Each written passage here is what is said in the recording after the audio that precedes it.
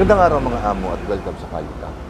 Sa video na to ay magbibigay tayo ng komento patungkol po dito sa naging pagdinig ng Senado dito sa presensya ng US Forces dito sa ating bansa at ang bibigyan natin partikular ng komento ay itong mga naging pahayag ni Senator Robin Padilla dito sa pagdinig na to, kapares po ng napapanood din nyo sa taas.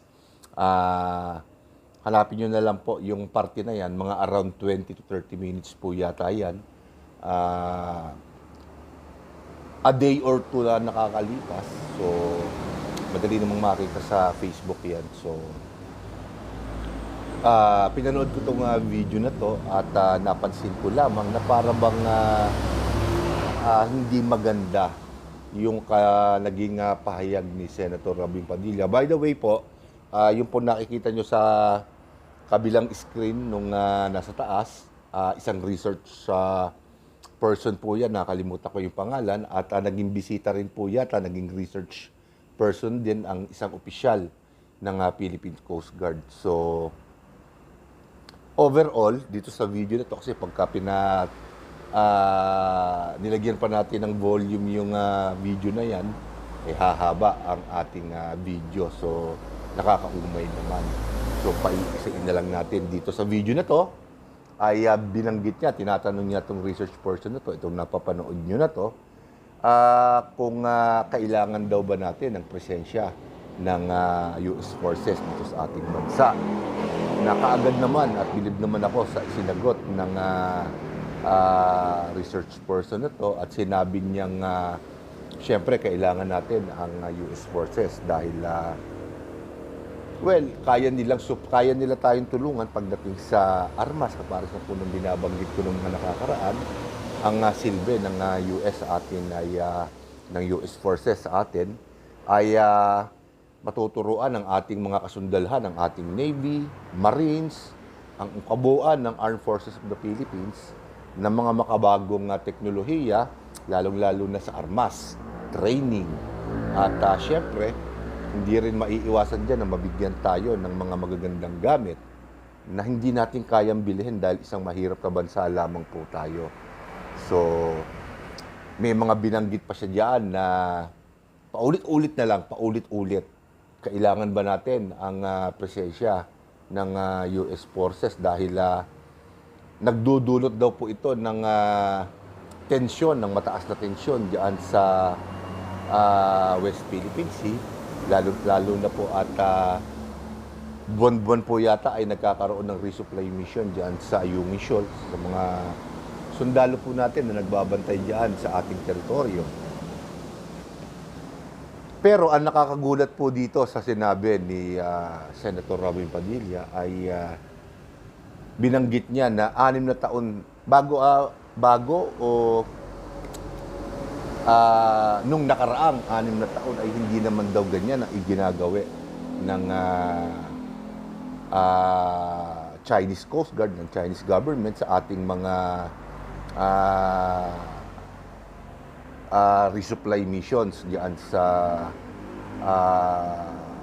Ayungin Shoal. So napaisip ako kung ang binabanggit niya ay yung termino ni dating Pangulong Rodrigo Duterte ay sa tingin ko ay medyo naliligaw yata si Senator Robin Padilla dahil noong mga panahon po na yun ay yan na rin po ang problema ng ating Philippine Coast Guard, ng Philippine Navy, na tayo ay hinaharang ng mga tinamaan ng magaling na yan, yung Chinese Coast Guard na yan, ng Chinese government. At ang masakit pa po nito, baka nakakalimutan ng ating butihing senador, na ang unang piniperwisyo ng Chinese government diyan sa West Philippine Sea ay ang ating mga mangingisda na napakatagal nang dumadaing sa panahon pa ni former President Noynoy Aquino hanggang kay President Duterte na nagresulta nga sa pagpunta-punta ni Pangulong Duterte, ni dating Pangulong Duterte sa China para makiusap na payagan na makapangisda ang ating mga mangingisda diyan sa West Philippine Sea. So, kung aggression din lang at pagpapataas ng tensyon, ito ang tanong ko kay Senator Padilla. Kapag ka ba sinakop ng isang bansa ang iyong teritoryo, masasabi mo bang hindi aggression yon, hindi mag-i-intensify ang China sa ginawa nila na yun? Hindi ba pananakop na yun? Ano pa ba ang pinakamataas doon? Wala na sigurong mataas doon, hindi ho ba? Tinatanong ko lamang po kayo. Sinakop nila ang bakuran natin. Parang ganito lang. Yung kapitbahay mo, sinakop ang bakuran mo, nagtayo siya ng maliit na tindahan doon nang hindi nagpapaalam sa'yo. Hindi ba aggression na yon? Mataas na tensyon na ang nag-uumpisa doon. Masama na ang intensyon ng iyong kapitbahay sa'yo. Sinasakop na niya ang bakuran mo. Ano pa ba ang kinakailangan mong dahilan para masabi mo na kaya lang tumaas ang tensyon, dahil nahandito na ang US forces sa ating kalupaan at tinutulungan tayo. Hindi ba dapat magpasalamat pa tayo dahil nahandyan ng US forces, handa tayong tulungan. So, doon pa lang sa parte na yon ay parang medyo nangingiwi ako sa mga pangangatwiran ni Senator Robin Padilla. Mukhang hindi masyadong pinag-isipan ni Senator Padilla itong kanyang mga sinasabi. Bagamat alam ko, itong aking binabanggit ay parang medyo malabo sa inyo. Pero kung pagpapataas din lang ng tensyon ang pinag-uusapan, abay nauna na ang China dahil sinakop na nila ang West Philippine Sea. At pinagbabawalan na nila ang ating mga mangingisda na mangisda sa ating nasasakop. Ikalawa, hinaharas nila ang ating Philippine Coast Guard. Doon sa isang research person, isang opisyal ng PCG na inyong kanyang kinausap, lalo ako nalumo sa kanyang mga tanong na para bang minamaliit niya. Well, masasabi mo talagang minamaliit na niya dahil hindi mo itatanong sa kanya yung mga ganong tanong na kailangan ba natin ng US, hindi nyo ba kaya? Hindi nyo ba kayang bantayan ang ating nasasakop na teritoryo, ang ating katubigan? Siyempre, sa kahihiyan lang ng opisyal na yon, hindi naman niya pwedeng ipahiya ang organisasyon na kanyang kinabibilangan, kaya nasabi niyang kaya. At inulit mo pa, paulit-ulit. So, doon pa lang, talagang nangingiwi na ako. Nakakangiwi ang kapasidad ng pagtatanong ni Senator Robin Padilla sa PCG. Well, ako na mismo magsasabi sa inyo, maging kung mapapanood ni Senator Robin Padilla, ako na magsasabi sa iyong hindi kaya ng PCG na bantayan ang ating karagatan. Bakit? Una, wala tayong sapat na barko para magbantay sa napakalawak na katubigan na sasakop ng West Philippine Sea. Ikalawa, may mga bagong nga tayong barko. Ilan yon? 4? 5? Meron tayong 5 barko. 4 o 5. Hindi pa missile capable. Wala pang mga armas. Kaya pang display pa lang ang ating mga modernong barko. Baka next year, maarmasan na. Pwede na siguro. At kini-question mo. Sa tingin ko, nararamdaman ko sa mga tanong mo, kini-question mo ang katapangan ng ating mga Philippine Coast Guard. Sa opinion ko, hindi kapos sa katapangan ng ating mga kasundaluhan, ng ating PCG, ang ating Philippine Navy, Ang problema nila, kaya hindi sila makapalag dahil wala silang gamit. Hindi naman yan parang suntukan na malapitan. Hindi ganun ang makabagong digmaan sa panahon ngayon. Mentras ang mga gamit mo ay moderno, sa malayo pa lang, binabanatan ka na nang hindi lumalapit sa'yo. Yun ang wala tayo. Sana maintindihan po ninyo mga amo yung sinasabi ko. Moderno ang gamit ng mga Chinese militia, ng Chinese Coast Guard, ng Chinese Navy, kung ikukumpara sa gamit ng mga Pilipino. Sa tapang, hindi tayo kinakapos. Sagad-sagad tayo sa katapangan at maraming beses na napatunayan na yan ang ating mga kasundaluhan. Dangan nga lamang sa mga katanong ni Senator Robin Padilla, parang ipinahihiya na niya at minamaliit na niya ang sandatahang lakas ng Pilipinas. Lagi pa naman siyang bisita sa mga pagtitipon ng AFP. Hindi niya dapat hindi niya dapat binitawan yung mga tanong na yun. At dapat inuunawa niya na ang US hindi naman talaga nakikialam. At kung nakikialaman, sa dunong ninyong mga politiko, hindi lulusot sa inyo yan, maliban na lang kung tatanggap kayo ng lagay. Kuha mo ba ako? Parang China lang din yan. Simple. Hindi makapagtatayo ng istruktura ang Chinese government sa ating katubigan nang hindi nalalaman ng Philippine Coast Guard at ng Philippine Navy yan.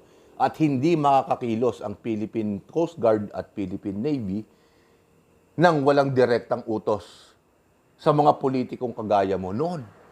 Hindi sa'yo. So, doon pa lang sa kanila may mga tumanggap na. Hindi ba? Hindi sila makapagtatayo dyan kung meron tayong sapat na gamit, sapat na barko, sapat na tao. Yan ang kulang ng ating sandatahang lakas, Senator Robin Padilla, na kayang i-provide ng bansang Amerika. Kaya nahandito sila.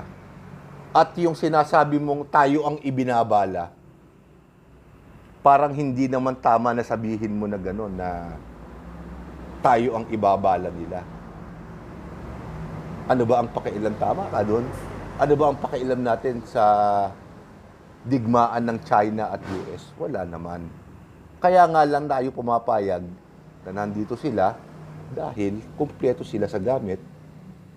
Pwedeng ituro sa atin, pwede tayong magmay-ari. At hindi natin talaga kaya ang China kung digmaan din lang ang pag-uusapan. At for your information, mga amo, handito na ang digmaan sa atin. Nag-umpisa na. 2 o 3 termino na ang nakakaraan. Hindi lang natin pinapansin at pinabayaan lamang natin. Dahil wala tayong kakayahan. Sana maintindihan niyo po yan. Wala tayong kakayahan. Ngayon pa lamang po natin dinidevelop ang ating kapabilidad. Kapares po na sinabi ng resource person na opisyal ng PCG. Siguro mangangailangan pa po tayo ng mga 2 termino ng isang Pangulo bago magkaroon ng credible defense ang ating bansa sa tulong ng US. Tanggapin man natin o hindi, ang United States ay isang superpower at may kakayahan na mag-grant ng malalakas na gamit sa kahit na anong bansa na kanilang pinili. At yun ang sinunggaban ni Pangulong Bongbong Marcos. Oportunidad na magkaroon ng mga modernong gamit. Pagdating sa kakayahan ng ating sandatahan lakas, hindi sila kapos doon sobra-sobra. Ang problema yung mga gamit. Kaya nakakalangkot lamang po na sa estado ng isang senador na katulad ni Senator Robin Padilla, nakuha pa niyang maliitin ang ating sandatahan lakas.